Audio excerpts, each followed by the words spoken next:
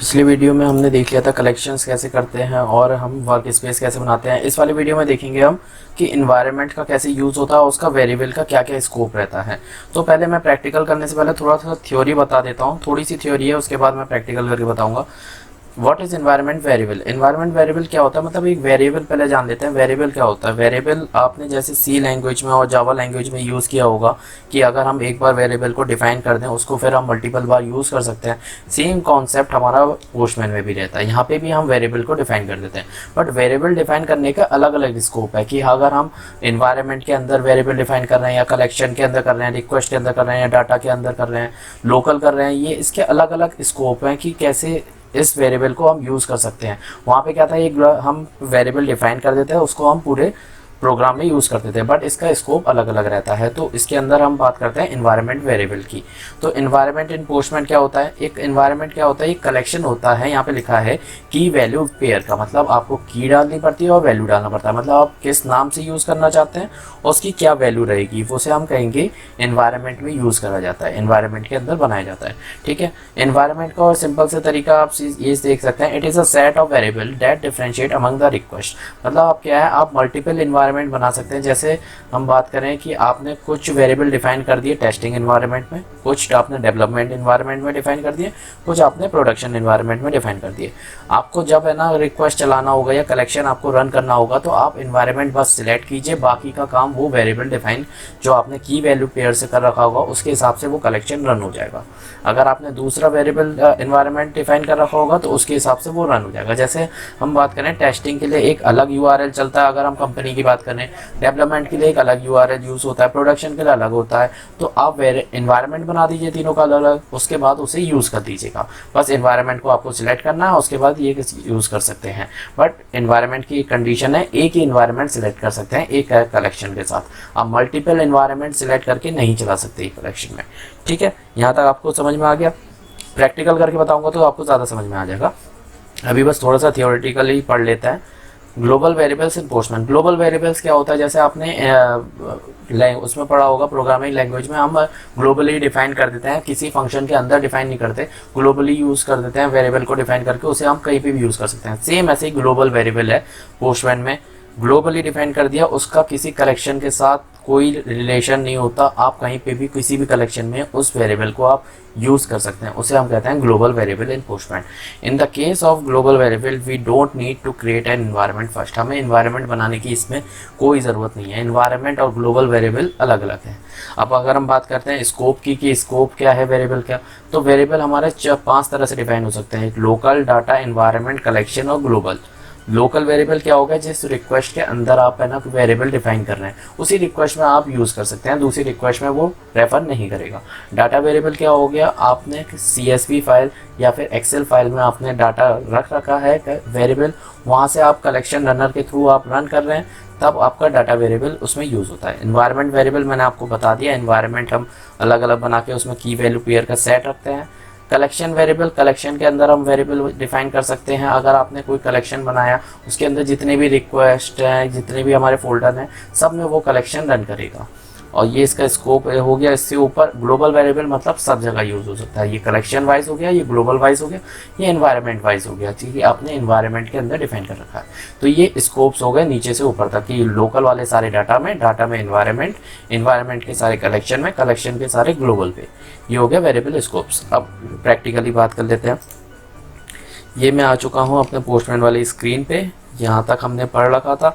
इसके बाद यहाँ पे हम बात कर रहे थे एनवायरनमेंट की। तो एनवायरनमेंट आप देख सकते हैं मेरा अभी कोई भी एनवायरनमेंट नहीं बना हुआ है, ना ही मेरा कोई ग्लोबल एनवायरनमेंट बना हुआ है। यहाँ पे आप आई बटन पे क्लिक करेंगे तो ये वाला एक पॉपअप ओपन हो जाएगा। यहाँ पे आप देख सकते हैं एनवायरनमेंट, नो एक्टिव एनवायरनमेंट, और ग्लोबल में नो ग्लोबल वेरिएबल। ठीक है, आपको अगर एनवायरनमेंट क्रिएट करना है तो एनवायरनमेंट क्रिएट करने के बहुत तरीके हैं। जैसे यहाँ पे न्यू देख रहे होंगे तो यहाँ पे आप क्लिक करेंगे, यहाँ एनवायरनमेंट पे क्लिक करेंगे, तब आप एनवायरनमेंट क्रिएट कर सकते हैं। ठीक है, दूसरा तरीका ये है कि यहाँ पे आप क्लिक करेंगे एनवायरनमेंट क्विक लिंक पे, यहाँ पे आप ऐड पे क्लिक करेंगे, यहाँ से भी आप एनवायरनमेंट क्रिएट कर सकते हैं। अगर हम बात करें, अब बात करते हैं जैसे की वैल्यू पेयर बताया था, तो ये की हो गया और इसकी ये वैल्यू हो गई। अब आप बात करेंगे कि इनिशियल वैल्यू और करंट वैल्यू में क्या डिफरेंस होता है, तो आप यहाँ पे आई बटन पे क्लिक करेंगे तो यहाँ पे आपको खुद पढ़ने में आ जाएगा। The value The value is shared with your team when you share the variable in a collection environment or variable. Initial value वो वैल्यू आपने अगर आप इसमें आपने वैल्यू रखी है इनिशियल वैल्यू में, तो ये आपने अगर कलेक्शन शेयर कर रखा है तो उनको भी ये वाली वैल्यू शो करेगी। अगर आपने करंट वाली वैल्यू यूज़ कर रखी है तो ये सिर्फ आपके लिए है, बाकी ये पोस्टमैन सर्वर पे सिंक नहीं होगी और ना ही आपके टीम को ये दिखेगी। तो आपको डिसाइड करना है कि अगर मतलब कुछ चीज़ें होती हैं, जैसा पासवर्ड है, पासवर्ड आपको इनिशियल वैल्यू में नहीं रखना चाहिए, करंट वैल्यू में रखना चाहिए, ताकि आपका अगर यूज़र नेम कोई पासवर्ड है तो आप करंट वैल्यू में रखिए ताकि कोई टीममेट ना देख पाए बट आप यूज़ कर सकें। तो वो करंट वैल्यू उसके लिए यूज़ हो गया। और इनिशियल वैल्यू अगर कोई URL का आप देना चाह रहे हैं जो सारे टीम मेंबर यूज़ कर सकें तो वो इनिशियल वैल्यू में आ गया। ठीक है, अब ऐड इन्वायरमेंट करके देख लेते हैं एक बार। जैसे मैंने बात करी टेस्टिंग इन्वायरमेंट कर लेते हैं। टेस्टिंग डाल देता हूँ बस खाली। ओके, मेरा एंड यूजर टेस्टिंग। ठीक है, टेस्टिंग के बाद हम वेरिएबल में की डालेंगे। की में हम क्या करें, URL डाल देते हैं। इसमें हम इनिशियल वैल्यू में क्या रखें, अभी हमारे पास तो कोई भी हमने कॉपी पेस्ट किया नहीं है, और ख़ुद बनाना चाहे तो हम खुद बना सकते हैं। https/reqres ऐसे करके हम यूज़ कर सकते हैं, बट अभी कॉपी पेस्ट करके मैं यूज़ करके बताऊंगा, तब जाके आपको क्लियर समझ में आएगा। अभी के लिए मैं यूज़ कर लेता हूँ इनिशियल वैल्यू में reqres। ओके, यहाँ पे मैंने इसको ऐड कर दिया। ठीक है, ये मेरा टेस्टिंग एनवायरनमेंट हो चुका है। यहाँ पे आप डाउनलोड करना चाहे उसको जैसन फाइल में डाउनलोड कर सकते हैं, इसका कॉपी बना सकते हैं, इसको शेयर करना चाहे शेयर कर सकते हैं एनवायरनमेंट को। यहाँ पे उसके रोल्स भी डिफाइन कर सकते हैं। वर्क स्पेस से हटा सकते हैं, और पूरी तरह डिलीट करना है तो उसको पूरी तरह डिलीट कर सकते हैं। वर्क स्पेस मैंने जो आपको पहले बताया था कि इस वर्क स्पेस में नहीं रखना, हमें दूसरे वर्क स्पेस में शेयर कर सकते हैं उसमें। ठीक है, यहाँ पे हो गया। फिर इसके बाद ऐड कर देते हैं। ऐड हो चुका है हमारा, इसे बस आप कैंसिल कर देते हैं और क्लोज कर देते हैं।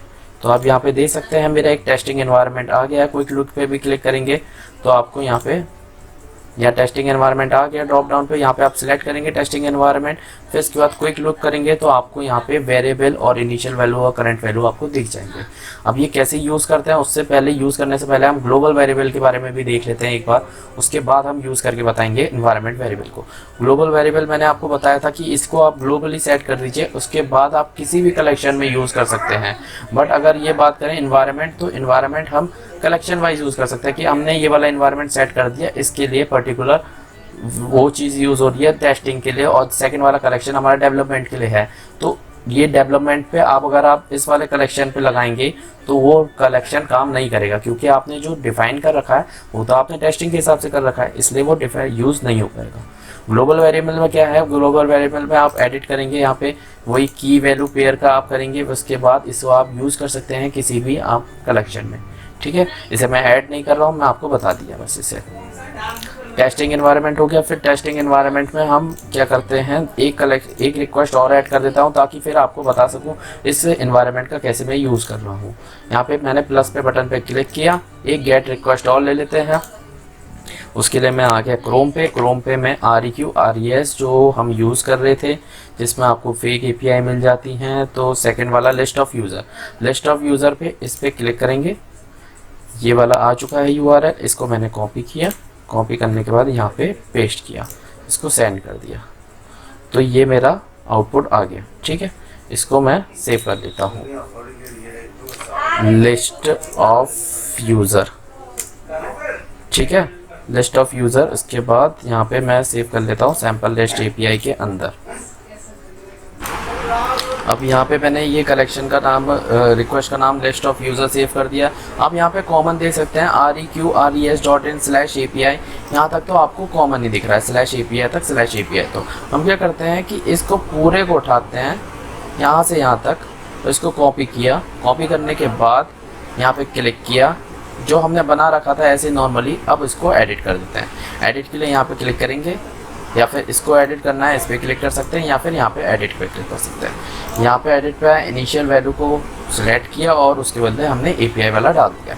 ठीक है, अब इसको बस अपडेट कर देना है। अपडेट कर दिया हमने। ये अपडेट करने के बाद इसको जहाँ तक हमने यूज़ किया था, आप बस ये देख लीजिएगा आपने स्लैश लिया था या नहीं लिया था। हमने नहीं लिया था, और हमने क्या नाम दिया था इसका, URL। इसको डबल कर्ली ब्रेसेस के अंदर URL आपको लिखना है। ये लिखने का तरीका होता है वेरिएबल को डिफाइन करने का। जब आप यहाँ पे आएंगे तो आपको खुद दिख जाएगा कि इसमें आपका इनिशियल वैल्यू क्या है और करंट वैल्यू क्या है। आप इनिशियल वैल्यू और करंट वैल्यू को सेम रख लीजिए ताकि आपको कोई परेशानी ना हो। तो यहाँ पे मैंने इसको भी सेव कर दिया। तो यहाँ पे आएंगे, आप यहाँ पे देख सकते हैं इनिशियल वैल्यू, करंट वैल्यू और स्कोप मेरा इन्वायरमेंट यहाँ पे लिखा आ गया। अब ये वाली चीज़ हो गई हमारे URL में, बाकी का ये हमारा डिफरेंट है। सेम हमारे इसके लिए भी हम कर लेते हैं। क्या करते हैं, इसमें पूरा URL ना देके इसको डबल कर्ली ब्रेसेस में URL लिख के ब्रैकेट बंद। तो ये हो गया हमारा, यहाँ पे भी हमारा डिफाइन हो गया। अब देखने में कितना अच्छा लग रहा है कि हमारा सिर्फ एक URL है, जो URL हमने ऑलरेडी हमने इन्वायरमेंट में सेट कर रखा है। उसके बाद इतना सा URL है बाकी का एक्स्ट्रा। और सेम ऐसे ही इसमें अगर हम बाकी भी ऐड करना चाहेंगे तो आपको बस बाकी का कॉपी करना, बाकी URL आप यही चीज़ लिख सकते हैं।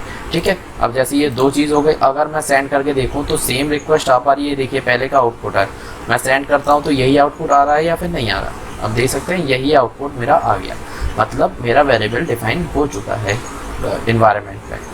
अब बात करूँ ये कलेक्शन के इन्वायरमेंट। कलेक्शन का इन्वायरमेंट मैंने आपको बताया था जब एक्शन दिख रहा था।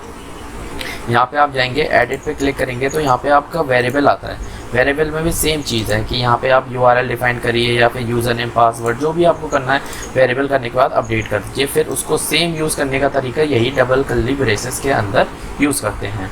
अगर हम बात करें डाटा लोकल वेरिएबल, तो लोकल वेरिएबल आप प्री रिक्वेस्ट स्क्रिप्ट में यूज़ कर सकते हैं। यहाँ पे आपको यहाँ पे वेरिएबल डिफाइन करने का रहता है, गेटा वेरिएबल और सेटा वेरिएबल। ठीक है, तो ये वाली चीज़ मैं क्विक स्निपेट में आपको नेक्स्ट वीडियो में बताऊँगा। यहाँ तक देखने के लिए थैंक यू सो मच।